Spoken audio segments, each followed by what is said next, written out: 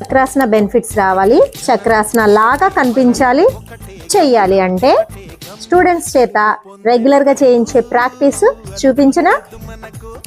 Hand back పెట్టుకొని స్లోగా deep breathing తీసుకుంటూ పైకి మెల్లగా ఇక్కడ వరకు వస్తే కూడా చక్రాసన వచ్చేసినట్టే. బాగా ఫ్లెక్సిబిలిటీ పెరిగిన తర్వాత ఇలా చేయగలుగుతాం.